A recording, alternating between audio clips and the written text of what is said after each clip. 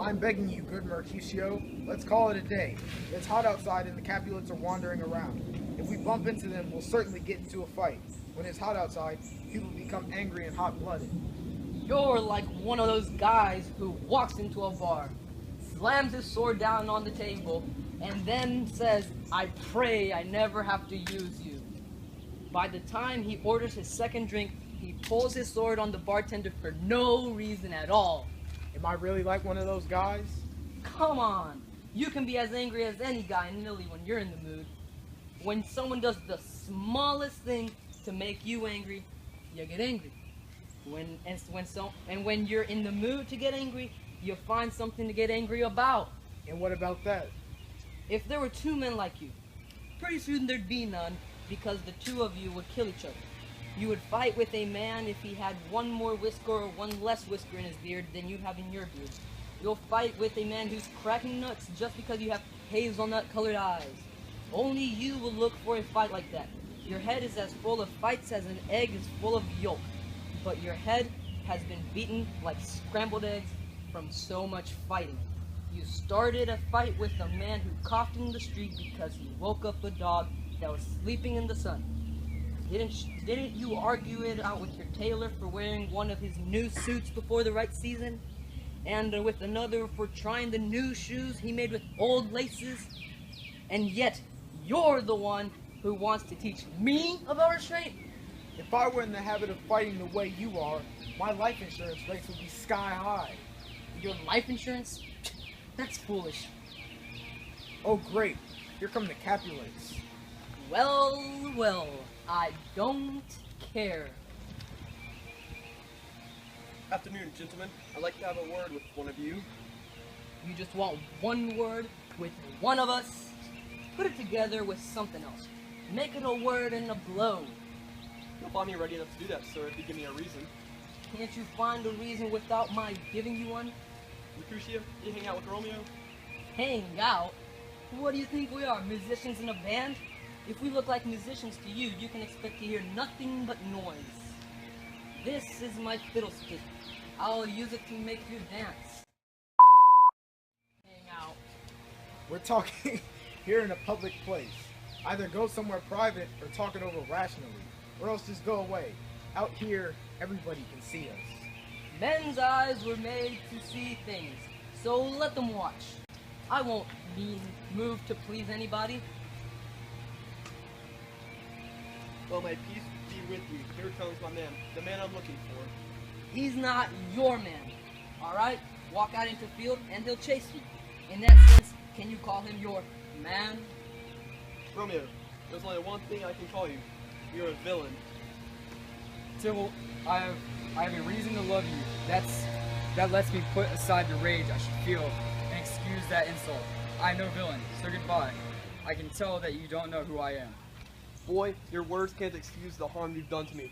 So now turn and draw your sword. I disagree. I've never done you harm. I love you more than you can understand until you know the reason why I love you. And so, good Capulet, which is a name I love like my own name, you should be satisfied with what I say. This calm submission is dishonorable and vile. The thrust of a sword will end this surrender. Tybalt, you rat catcher, will you go fight me? What do you want from me? Good king of cats, I want to take one of your 9 lives. I'll take one, and depending on how you treat me after that, I might beat the other 8 out of you too. Will you pull your sword out of its sheath? Hurry up, or I'll smack you on the ears with my sword before you have yours drawn. I'll fight you. No one, Mercutio. Put your sword away. Come on, sir, perform your forward thrust. Your passato.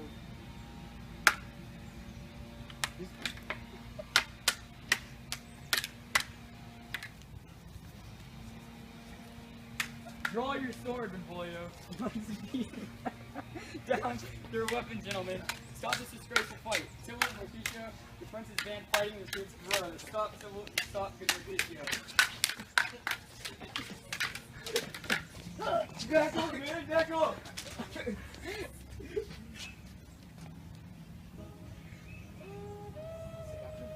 I've been hurt. May a plague curse both your families. I'm finished. Did it get away clean? What? Are you hurt? 'Tis but a scratch. A scratch? Yes, yes. It's just a scratch. Just a scratch. But it's enough. Where is my page? Go, boy, get me a doctor. Have courage, man. The wound can't be that bad. No, it's not as deep as a well, or as wide as a church door, but it's enough. It'll do the job. Ask for me tomorrow, and you'll find me in a grave. I'm done for in this world, I believe. May plague strike both your houses. Believe that dog, that rat, that mouse, that cat could scratch me to death. That baggart punk villain who fights me like he learned swordsmanship from a manual. Why the come in between us? He struck me from under your arm. But bro! I thought it was the right thing to do. Take me inside some house, Benvolio, or I'll pass out. May a plague strike both your families. They've turned me into food for worms. I'm done for. Curse your families.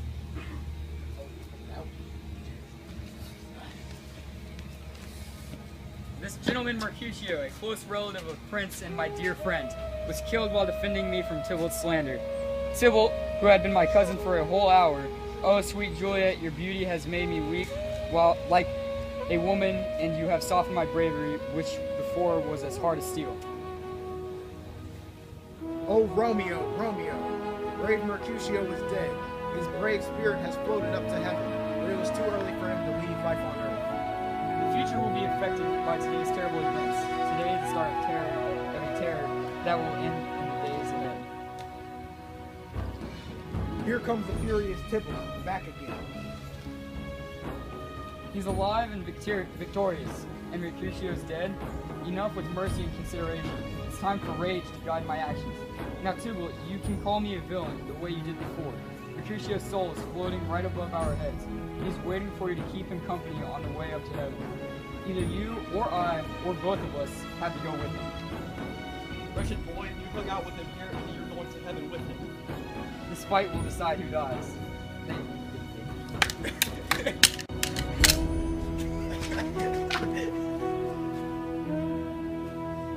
Romeo, get out of here. The citizens are around and Tybalt is dead. Don't stand there shocked. The prince will give you the death penalty if you get caught. So get out of here. Oh, I have awful luck! Why are you waiting? Where did you go? Tybalt, that murderer, which way did you run? Tybalt is lying over there. Get up, sir, and come with me. I command you, by the authority of the prince, to obey me. Where are the evil men who started this fight? O noble prince, I can tell you everything about the unfortunate circumstances of this deadly fight. Over there, Tybalt is lying dead. He killed your relative, brave Mercutio, and then young Romeo killed him. Benvolio, who started this fight? Tybalt started the fight before he was killed by Romeo. Romeo spoke to Tybalt politely and told him how silly this argument was. He mentioned that you would not approve of the fight. He said all of this gently and calmly, kneeling down out of respect, but he could not make peace with Tybalt, who was in an angry mood and wouldn't listen to talk about peace. Tybalt and Mercutio began to fight each other fiercely, lunging at one another and dodging each other's blows. Romeo cried out, "Stop, my friends! Break it up!" Then he jumped in between them and forced them to put their swords down. But Tybalt reached under Romeo's arms and thrust his sword into brave Mercutio. Then Tybalt fled the scene. But pretty soon he came back to meet Romeo, who was overcome with the desire for revenge. As quick as lightning, they started fighting. Before I could break up the fight, Tybalt was killed. Romeo ran away when Tybalt fell dead. I'm telling you the truth. I swear on my life. Romeo killed Tybalt, Tybalt killed Mercutio. Who should now pay the price for Mercutio's life? Not Romeo, Prince. He was Mercutio's friend. His crime did justice's job by taking Tybalt's life. And for that crime, Romeo is hereby exiled from Verona. I'm involved in your rivalry. Mercutio was my relative, and he lies dead because of your bloody feud. I'll punish you so harshly that you'll regret causing me this loss. I won't listen to your pleas or excuses. You can't get out of trouble by praying or crying, so don't bother. Tell Romeo to leave the city immediately, or else, if he is found, he will be killed. Take away this body, and do what I say. Showing mercy by pardoning killers only causes more murders.